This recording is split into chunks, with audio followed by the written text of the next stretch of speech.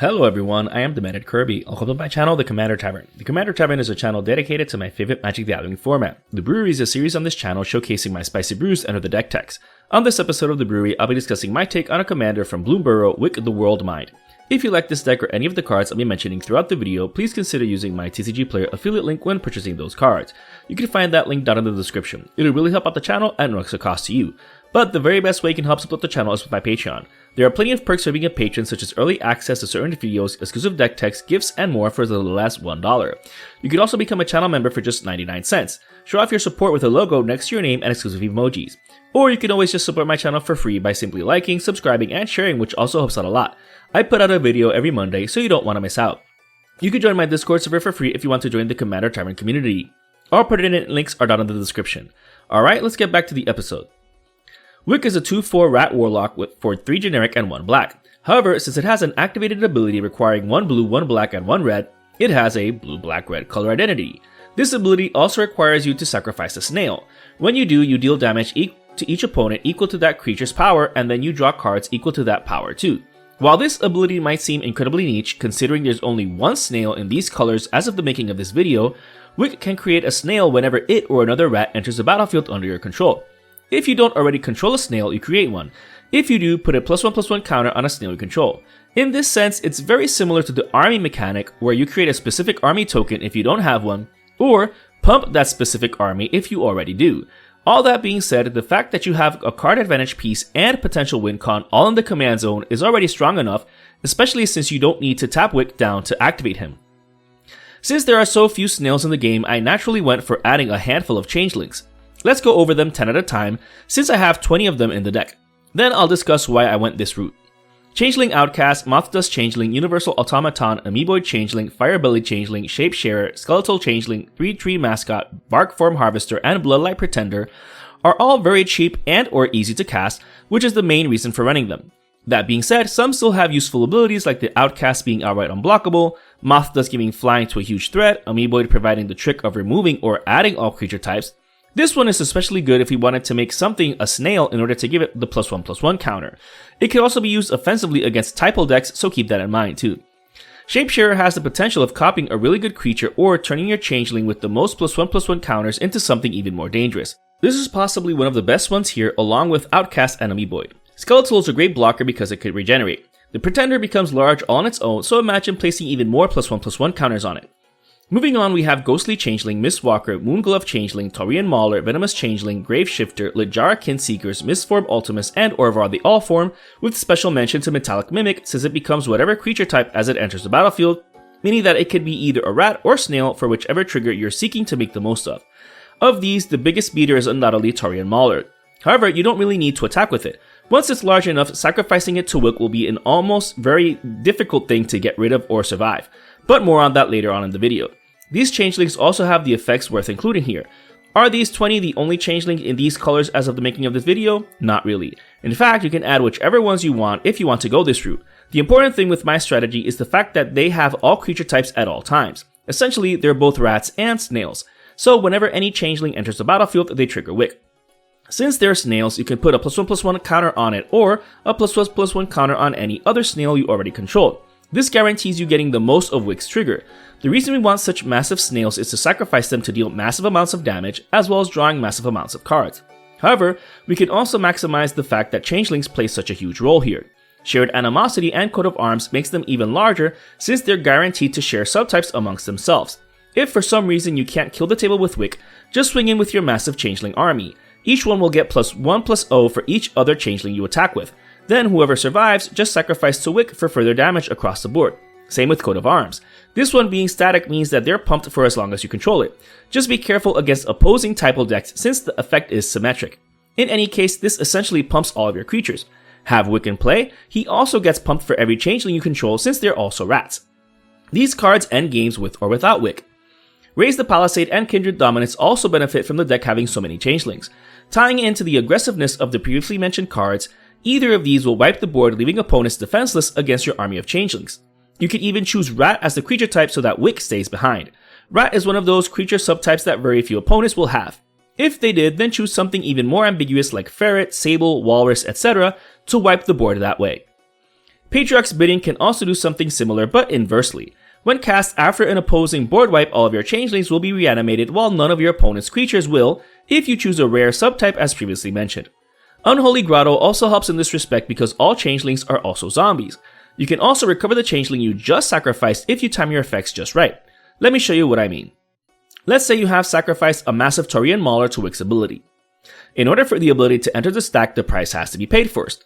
That means that Taurian Mauler will be in the graveyard while the ability is on the stack. In response to the ability, activate Unholy Grotto to top deck Taurian Mauler from your graveyard. When Wick's ability finally resolves from the stack, you will draw Taurian Mauler back while also getting the cards after it.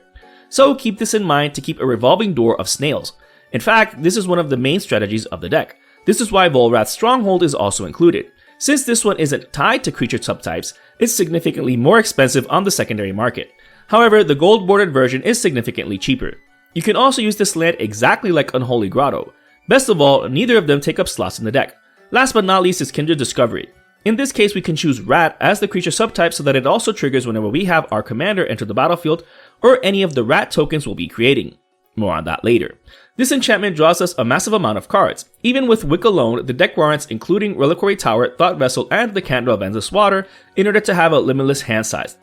Even if you raise your nose at these types of effects in Commander, if your commander itself draws a ton of cards, they're worth considering. Especially the last two, since they're also mana rocks and this is a non-green deck, so it needs all the help it can get in terms of mana acceleration. In any case, going back to the Changeling aspect of the deck, Arcane Adaptation and Maskwick Nexus are also included. The Nexus is a no-brainer since it essentially makes all creatures you own have all creature types, so that makes all your creatures rats and snails. As with Arcane Adaptation, you can choose either rat or snail depending on the situation. Snail makes any creature get the +1/+1 counter, while rat makes any creature trigger Wick. While testing, I've used both, although I've used rat more, so just go with that just to be safe. As a bonus, you can activate the Nexus to create a token with Changeling. Alright, so Changelings are both rats and snails for Wick's ability, and we saw how to win thanks to our creatures being both. What else can we do? Well, we can attempt to trigger Wick as often as possible.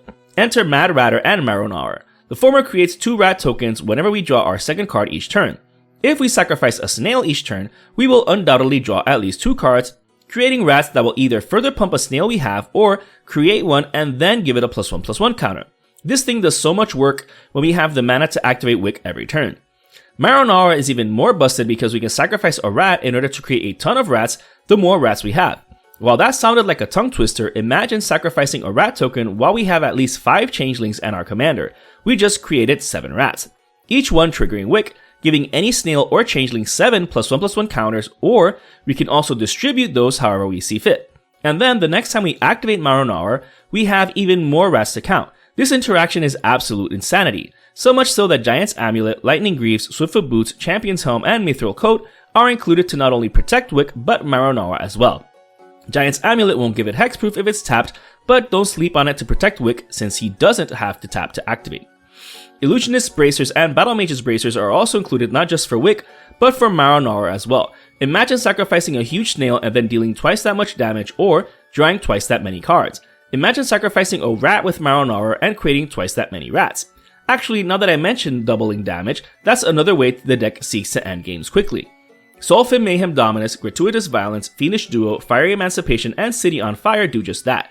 By either doubling or tripling the damage dealt to opponents, we don't need so many nor so large snails to kill off the table. Better yet, these affect each other, so 2 doublers will quadruple the damage dealt. And don't get me started on even further multiples of these. Easy game over. Same with Grafted Exoskeleton.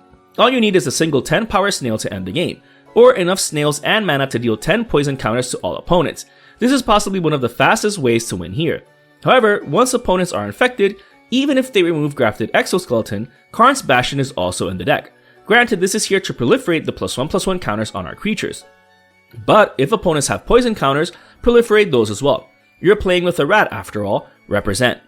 Thanks to Cauldron of Souls, we can further guarantee always having snails to harm opponents with. When activated, we can choose the snails we're going to sacrifice. After dying, they'll return with a -1/- counter on them. However, since Changelings are both rats and snails, entering will trigger Wick. You can then choose the same creature to get the +1/+1 counter, removing the -1/- counter, essentially making your snails immortal. With Maskwood Nexus, this will apply to all of your creatures, even your commander, since Wick counts itself entering. This is limited to once per turn though, since it requires tapping to activate. Basilisk Collar and Whip of Erebos further synergize with Wick. He's a scary commander, so prepare for being targeted from early on even if you're not threatening yet. Gaining tons of life from Wick having lifelink goes a long way to help buffer your life from unwarranted aggression against you. As a bonus, the Whip gives it to all creatures, which helps you aggro out with an army of changelings even further. It can also reanimate a creature in a pinch, such as any changeling you want to sacrifice to Wick. Just remember that it gets exiled afterwards. Grave Pact and Dictate of Erebos also synergize with Wick in the best way possible. Worst way for your opponent's point of view. Whenever one of your creatures dies, each opponent sacrifices a creature. With the sacrifice outlet right in the command zone, these get out of hand so long as our opponents aren't playing tokens or horde decks of their own. Against Voltron decks, these are just plain mean. But Wick is a rat, so do with that what you will. Before I forget, Black Market Connections is another way to create changelings, so the tokens will count as both rats and snails, just like Maskwood Nexus. Since this costs life to get, it's a good thing the deck has some sources of lifelink. However, this enchantment is amazing because we can also either draw cards or create treasures. Phyrexian Arena is also included and is somewhat in the same vein. While we have card advantage in the command zone, it does require mana and setting up, so these getting you an extra card during your upkeep are super useful. You could also just run Rhystic Study, which is objectively better, but I am so tired of seeing that card in every commander game that I've since stopped using it altogether some time ago. The deck still has other ways of protecting our key cards as well as our board state thanks to having access to blue. Fierce Guardianship and Offer You Can't Refuse, Swan Song, Counterspell, and Negate are the deck's counter magic. While we have plenty of ways to recover from board wipes, nobody wants an opposing Rest in Peace or the like, nor the combo player stealing our hard-earned victory from beneath our feet, so use these as necessary. Other pieces of interaction include Chaos Warp for single target removal, overloading Vandal Blast to wipe everyone else's artifacts, and overloading Cyclonic Rift for basically everything that isn't a land. With the last one being another obvious way to remove all potential blockers before a potential Alpha Strike. We can also recover any of these spells with Mystic Sanctuary. Since we have card advantage stapled onto Wick, just as we did with our Sacrifice Changelings, we can do with Mystic Sanctuary and any of the deck's fetch lands that can get it into play at instant speed. If you already have a counterspell in the graveyard, just sacrifice a snail to Wick to draw cards, but, in response, fetch for Mystic Sanctuary to top deck that counterspell before you draw into it for that pro gamer move. As for mana acceleration, the deck's running Wayfarer's Bauble, Burnished Heart, and Canoptic Wraith for its land-based effects.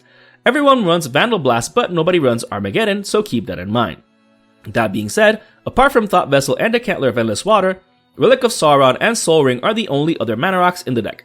The relic tapping for any combination is definitely helpful with activating Wick, and it can also function as a way to burn through the deck if we run out of gas, since it also provides card advantage. The rest of the deck is just the rest of the lands. Apart from all of the previously mentioned lands, the deck's running all 3 Shock lands, all 3 Snow Duels, all 3 opponent lands, Xander's Lounge, Command Tower, Reflecting Pool, and Ancient Tomb, along with Urborg Tomb of Yawgmoth for color fixing, as well as 2 of each basic land. As with all of my deck techs, you can build your mana base according to your budget. Whether you include more expensive cards or even cheaper cards is up to you. You do you. This brew is just an idea of how to build around Wick the Whorled Mind. While I went with a ton of changelings in order to make the most of Wick's triggers, you can definitely go a different route if you wanted to. You could go heavier with the rat type of strategy or go even more aggressive.